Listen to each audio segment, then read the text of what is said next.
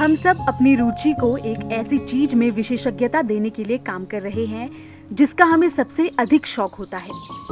आज हमारे साथ एक ऐसे शख्स हैं जिन्होंने अपने जीवन में कई विलुप्त प्राय पारंपरिक धान की किस्मों को संरक्षित करने के लिए कड़ी मेहनत की है। यह ऐसी किस्में हैं जिनके बारे में हो सकता है हमने ना कभी सुना हो और ना ही कभी देखा हो। वह कई सपने देखते हैं और उनके मन में अंतहीन उम्मीदें हैं। वे दुर्लभ किस्म के बीजों को संरक्षित करने के लिए लगातार संघर्ष कर रहे हैं।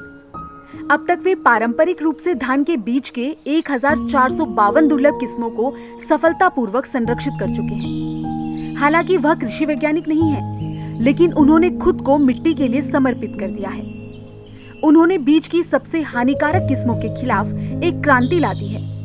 वे हैं प्रसिद्ध पारिस्थितिक वैज्ञानिक डॉक्टर देवल देव। उनकी जन्मभूमि पश्चिम बंगाल है, लेकिन उनकी कर्मभूमि ओडिशा के रायगढ़ जिला स्थित बिसमकटक ब्लॉक का एक पिछड़ा गांव है। प्रतिटा जातर विशेष विशेष चरित्र अच्छी से प्रतिटा जात अलग अलग है।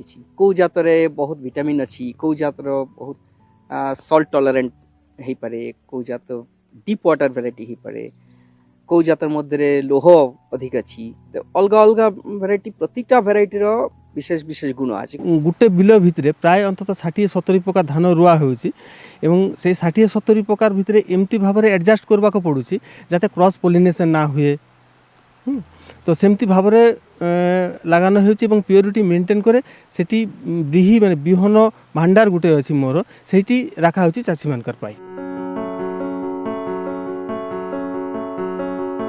एक समय था जब पारंपरिक धान की 1,10,000 किस्मों के बीज भारत में उपलब्ध थे। हर कोने की भौगोलिक परिस्थितियों और जलवायु को देखते हुए विभिन्न क्षेत्रों में पारंपरिक धान के बीज की विभिन्न किस्मों को रोपा जाता था।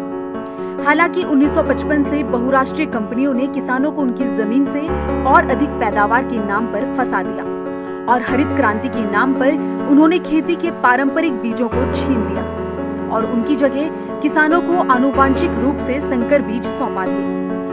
अब जो बीज उनके भंडार में संरक्षित थे वे डिब्बे से भी गायब हो गए। बड़े पैमाने पर कृषि भूमि की उर्वरता धीरे धीरे कम हो गई। उन बीजों को बोने के लिए खेतों में बहुत अधिक रासायनिक खाद की आवश्यकता पड़ रही है।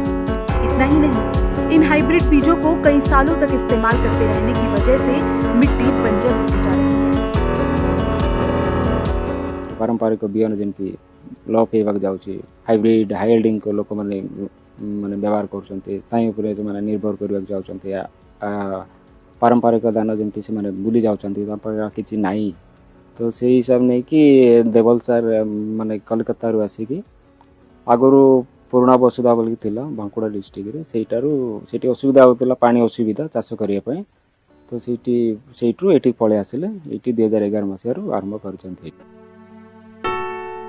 इसकी जानकारी सभी किसानों को होनी चाहिए। अभी जो पौधे उगाए जाते हैं वे धान की खेती के लिए आधुनिक हैं। इस तथ्य को जानना आवश्यक है, नहीं तो अभी जिस दिशा में हम बढ़ रहे हैं वह भारत जैसे कृषि आधारित देश के लिए हितकर नहीं है। डॉक्टर देव किसानों को इस बारे में पहले ही सलाह दे चुके हैं। जब तक सरकार इस तरह के बीजों के उपयोग पर प्रतिबंध नहीं लगाती, पारिस्थितिकी पर प्रतिकूल प्रभाव पड़ता रहेगा। Bureau report, ETV Bharat. 24 घंटे लगातार खबरें देखने के लिए डाउनलोड करें ईटीवी भारत ऐप।